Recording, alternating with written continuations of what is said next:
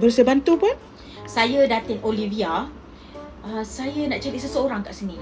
Boleh tolong saya ke? Cari seseorang? Suami saya lah. Takkan tak faham lagi. Sorry, saya ni lembab sikit.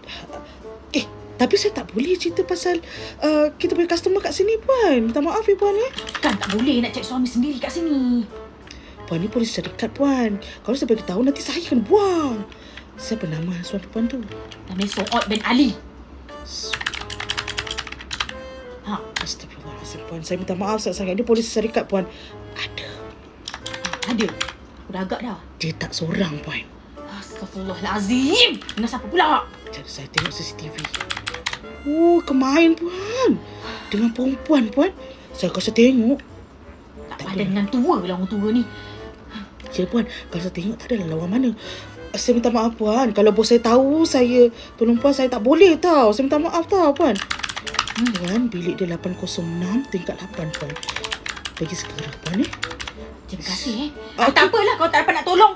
Nyampah pula dengan awak ni. Terima kasih tau. Sama-sama. Ada ke dia tanya aku benda macam tu?